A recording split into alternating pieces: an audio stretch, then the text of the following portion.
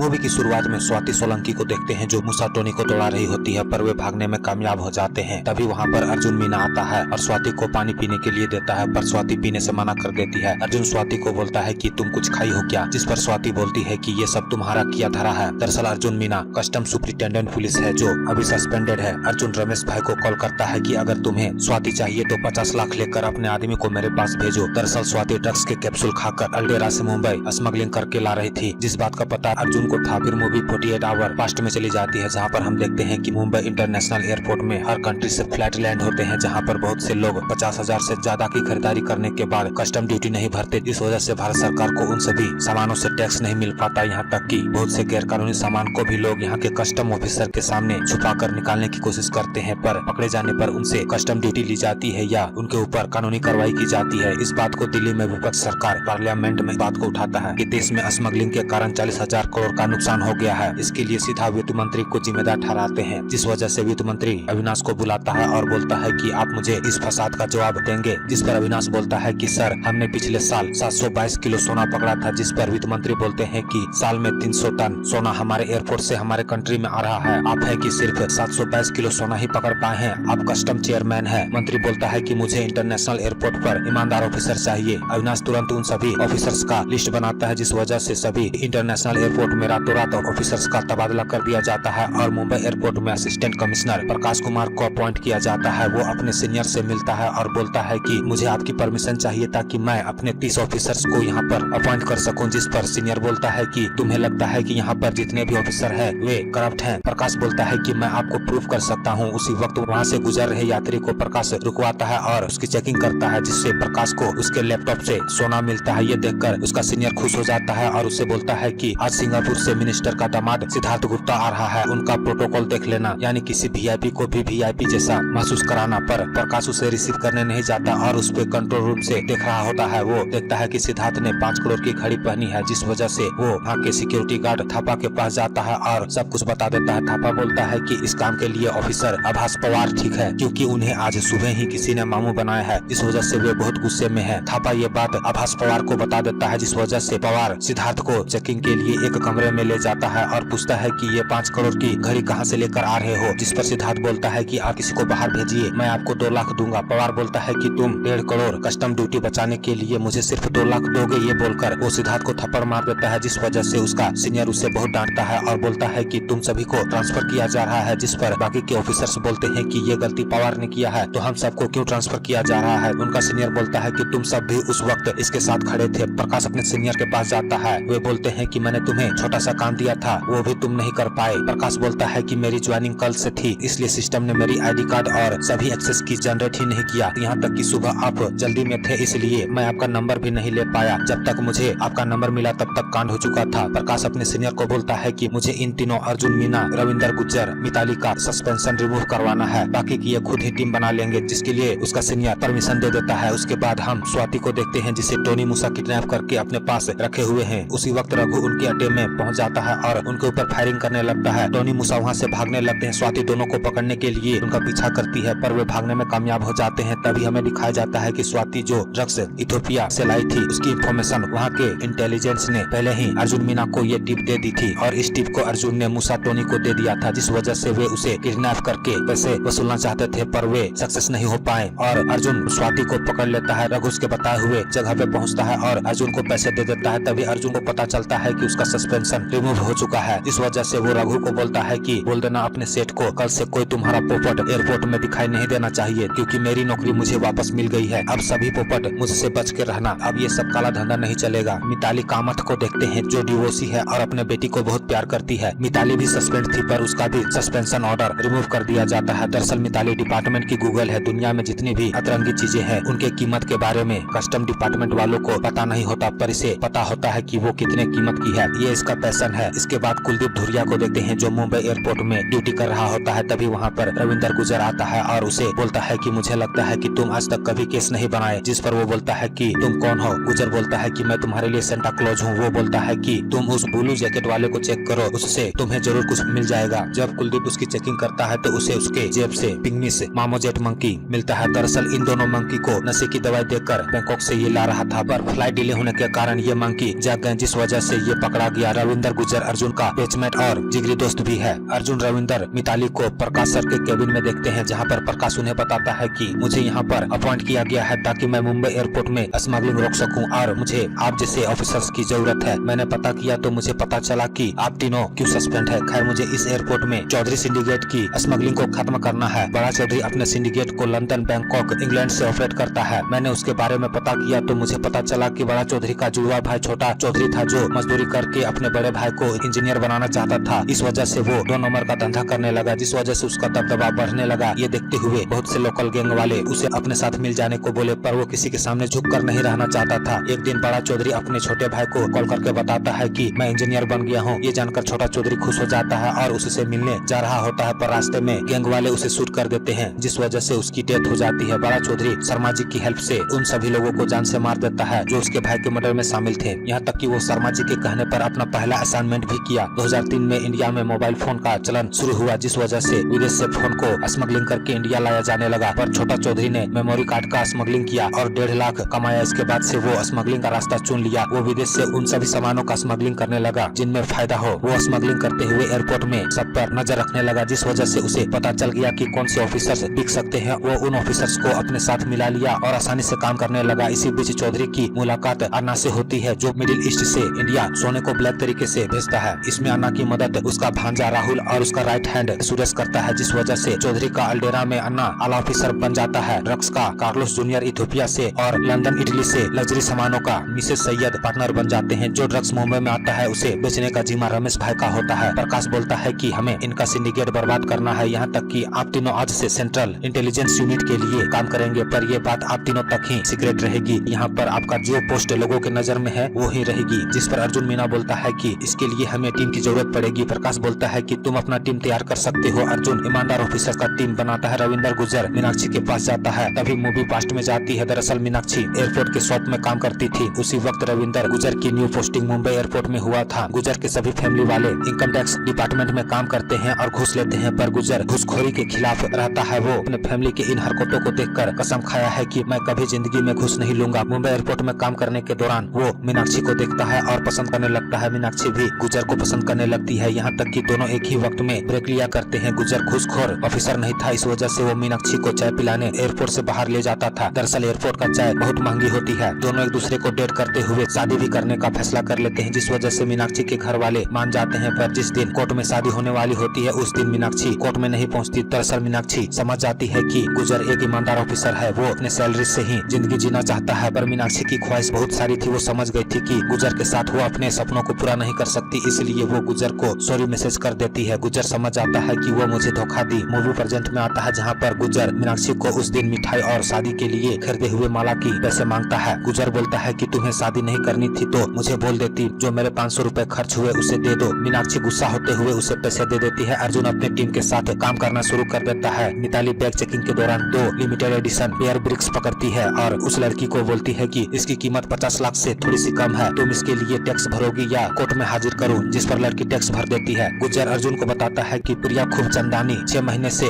अल्डेरा से यहाँ का 12 ट्रिप ले चुकी है और 3 साल में लंदन, अल्डेरा, पेरिस बहुत जगह पर जा चुकी है। जिस पर अर्जुन बोलता है कि हो सकता है कि ये बड़े घर की लड़की हो। गुज्जर बोलता है कि मैंने इसके फ्लाइट डिटेल को चेक किया तो मैंने देखा कि ये इंटरनेशनल फ्लाइट से कभी दिल्ली, पुणे, हैदराबाद, चेन्नई आती है, फिर डोमेस्टिक फ्लाइट से मुंबई आती है। दरअसल सभी फ्लाइट इंटरनेशनल फ्लाई करने के बाद डोमेस्टिक फ्लाई करते हैं। एग्जाम्पल में कोई स्मगलर इंटरनेशनल फ्लाइट में तस्करी का सामान लेकर आता है और उसको टॉयलेट या बताए हुए जगह पे छिपा देता है और चला जाता है। उसी फ्लाइट में उन्हीं का दूसरा आदमी कोई आता है और उस सामान को निकाल लेता है, जिस वजह से कोई भी कस्टम ऑफिसर को शक नहीं होता कि कोई डोमेस्टिक फ्लाइट में स्मगलिंग कर सकता है। अर्जुन प्रिया को चेकिंग के बहाने रोकता है और उसे बोलता है कि मेरे ऑफिसर दोस्त को तुम्हारे फ्लाई हिस्ट्री में शक हो गया है, मैं तुमसे आज मिलूंगा। उसके बाद उसे जाने देता है। मूवी 9 मंथ फ्लैशबैक में चली जाती है, जहाँ पर हम देखते हैं कि प्रिया एयर होस्टेज है। उसका अफेयर अपने पायलट शुभम कपूर के साथ है। जब वे अपने फ्लाइंग शिफ्ट कंप्लीट करके वापस अपने घर जा रहे होते हैं, तभी अर्जुन मीना प्रिया को अपने साथ चेकिंग के लिए ले जाता है, जहाँ पर प्रिया बोलती है कि आपको गलतफहमी हो गई है ऑफिसर, मुझे क्यों यहाँ पर लाए हो। अर्जुन बोलता है कि मुझे पता है कि तुम अपने बॉडी में सोना छिपाकर इंडिया लाती हो, जिस वजह से प्रिया वो सोना अर्जुन को दे देती है। अर्जुन बोलता है कि क्यों करती हो ये सब। प्रिया बोलती है कि मैं अपने मंगेतर के साथ नया घर लेना चाहती हूँ, पर ऐसा नहीं हो पा रहा था, इस वजह से मैं अपने मंगेतर की बात मान ली और उसे कहे मुताबिक सोना लेकर आती हूँ ताकि हम घर ले सके। अर्जुन प्रिया को बताता है कि कैप्टन शुभम कपूर पहले से ही शादीशुदा है, वो अपने 2 बेटी और अपनी पत्नी काजल कपूर के साथ दिल्ली में रहता है, यहाँ तक कि तुम उसकी चौथी एयर होस्टेस गर्लफ्रेंड हो जिसे शुभम ने फंसाया है। ये जानकर प्रिया रोने लगती है। वो बोलती है कि अब मैं क्या करूं। अर्जुन बोलता है कि जैसा चल रहा है वैसा चलने दो। प्रिया अपने पायलट ग्रुप के साथ थाईलैंड जाती है, जहाँ पर उन्हें रेस्ट करने के लिए रूम मिलता है। कैप्टन शुभम कपूर प्रिया से मिलने उसके कमरे में जाता है और उसे सोने की बिस्किट देता है और वो बाहर घूमने चला जाता है। इसी का फायदा उठाकर प्रिया वो गोल्ड बिस्किट शुभम के बैग में डाल देती है। जब वे वापस इंडिया आते हैं तो बैग स्कैनिंग में कैप्टन शुभम कपूर के बैग में सोना डिटेक्ट होता है। अर्जुन उसके बैग को चेक करता है तो उसे वही सोने की बिस्किट मिल जाती है और पायलट को अरेस्ट कर लिया जाता है। अर्जुन प्रिया से मिलता है और बोलता है कि तुम्हें डर तो नहीं लगा, जिस पर वो बोलती है कि मुझे पता था कि तुम मेरे पीछे हो इसलिए मुझे डर नहीं लगा। अर्जुन बोलता है कि अल्डेरा में गोल्ड तस्कर का गैंग है जो इंडिया में गोल्ड सप्लाई करता है, हमें उसका पर्दाफाश करना है, क्या तुम मेरी मदद करोगी। प्रिया इसके लिए मान जाती है। अर्जुन उसे सभी डिटेल दे देता है। साथ में अर्जुन प्रिया को यह भी बताता है कि राहुल हर हफ्ते मुंबई एमरेर फ्लाइट से आता है, जिस पर प्रिया बोलती है कि पर मैं तो फ्लाई था एयरबेस में फ्लाई करती हूँ। अर्जुन बोलता है कि तुम इसकी फिक्र मत करो। प्रिया को एमरेर में देखते हैं जहाँ पर वो राहुल को VIP वाली ट्रीटमेंट देती है। इसी तरह हर हफ्ते प्रिया राहुल से मुलाकात करती है, जिस वजह से राहुल प्रिया को अपना कार्ड देता है और बोलता है कि जब वो अल्डेरा आए तो वो उससे लंच के लिए मिले, जिस पर प्रिया बोलती है कि आई एम सॉरी मेरी एंगेजमेंट हो चुकी है, जिस पर राहुल बोलता है कि कोई बात नहीं, लंच की ही तो बात है। प्रिया राहुल से अल्डेरा में हर हफ्ते मिलने लगती है और उसे बताती है कि मेरी फ्रेंड कई बार अपने बॉडी में गोल्ड छिपाकर स्मगलिंग की है, जिस पर राहुल बोलता है कि तुम्हें बहुत पता है इन सभी चीजों के बारे में। प्रिया बोलती है कि मुझे सभी एयरपोर्ट के कस्टम ऑफिसर क्लिनिक स्टाफ के बारे में पता है कि कौन सेट हो सकता है और कौन नहीं हो सकता। कुछ दिनों के बाद राहुल प्रिया से फ्लाइट में मिलता है। वो देखता है कि वो रो रही है, जिस वजह से राहुल बोलता है कि क्या हुआ। प्रिया बोलती है कि मुझे मेरी बिहेवियर के कारण जॉब से निकाल दिया जा रहा है, क्या मेरी बिहेवियर ठीक नहीं है, जिस पर राहुल बोलता है कि कोई बात नहीं है, मैं हूं ना। प्रिया ये भी बोलती है कि मेरे मंगेतर को ये बात पता चल गई, जिस वजह से उसने सगाई तोड़ दी। राहुल उसे अपने अन्ना से मिलाता है और अपने काम के बारे में बताता है कि वो किस तरह इंडिया में गोल्ड सप्लाई करता है। इस काम में प्रिया भी राहुल की मदद करने लगती है कि वे किन किन एयरपोर्ट में सोना उतार सकते हैं। इस तरह वो राहुल को अपने भरोसे में ले लेती है। फिर मूवी प्रेजेंट में आती है जहाँ पर प्रिया अर्जुन से मिलती है। अर्जुन प्रिया को बोलता है कि सब ठीक तो है ना। प्रिया बोलती है कि तुम्हारे रहते हुए मुझे क्यों डरना। प्रिया अर्जुन को अन्ना के 2 नए आइडिया के बारे में बताती है। पहला, वो सोने को सूटकेस के सामानों में मॉडिफाई कर देता है। दूसरा, सोने को पाउडर में बदलने के लिए एक